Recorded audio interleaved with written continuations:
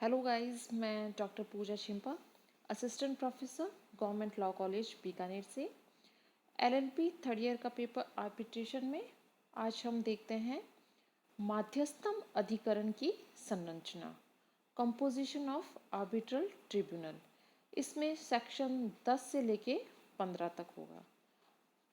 तो इस जो कंपोजिशन ऑफ आर्बिट्रल ट्रिब्यूनल है, इस चैप्टर में हम क्या क्या पढ़ेंगे? इसमें हम पढ़ेंगे मध्यस्थों की संख्या क्या होगी, उनका अपॉइंटमेंट कैसे होता है, उन्हें कैसे हटाया जाता है। ये सब प्रोविजंस हम पढ़ेंगे जो सेक्शन 10 से लेके 15 तक है। अब हम सेक्शन 10 देखते हैं कि मध्यस्थों की संख्या, नंबर ऑफ आर्बिट्रेटर्स। इसका स्कोप यह है सेक्शन का कि मध्यस्थम अधिकरण का जो गठन होता है वह कितने मध्यस्थों द्वारा हो सकेगा। यानी एक जो आर्बिट्रल ट्रिब्यूनल होता है उसमें कितने आर्बिट्रेटर होने ज़रूरी हैं। तो हम देखते हैं सेक्शन 10(1) कहता है कि मध्यस्थों की संख्या निर्धारित करने के लिए पक्षकार स्वतंत्र हैं, परंतु यह सम संख्या नहीं होगी। सम संख्या यानी कि 2, 4, 6 इस संख्या में मध्यस्थ नहीं होंगे। तो इस सेक्शन 10(1) से हमें क्या पता चलता है कि जो मध्यस्थम अधिकरण है उसमें मध्यस्थों की संख्या निर्धारित करने के लिए पार्टीज पूरी तरह से स्वतंत्र होंगी और मतलब पक्षकार आपस में करार करके मध्यस्थों की संख्या का निर्धारण कर सकते हैं।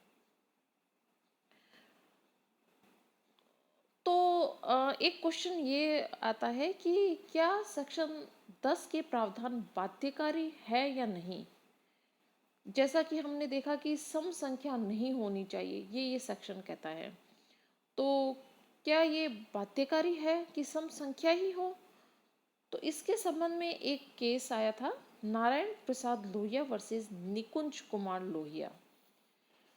इस केस में यह विवाद उठा कि क्या अगर सम संख्या मध्यस्थों की सम संख्या होगी तो क्या उन मध्यस्थों की नियुक्ति का जो करार है और उससे क्या मध्यस्थम अधिकरण की संरचना है वो अवैध और शून्य हो जाएगी।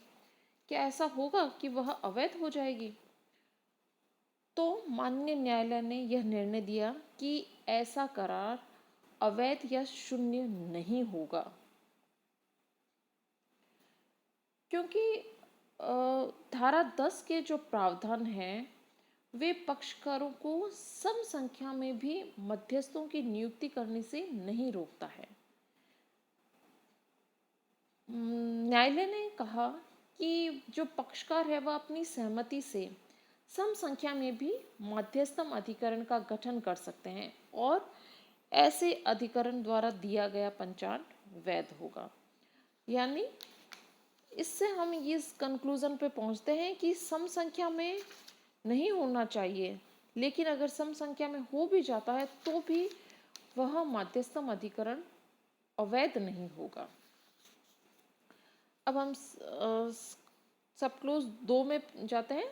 सेक्शन 10(2) सेक्शन 10(2) कहता है कि जो उपधारा 1 में निर्दिष्ट निर्धारण करने में अगर पक्षकार असफल रहते हैं, यानी पक्षकार करार करके मध्यस्थों की नियुक्ति करने में अगर असफल रहता है तो मध्यस्थम अधिकरण एकमात्र मध्यस्थ से गठित होगा।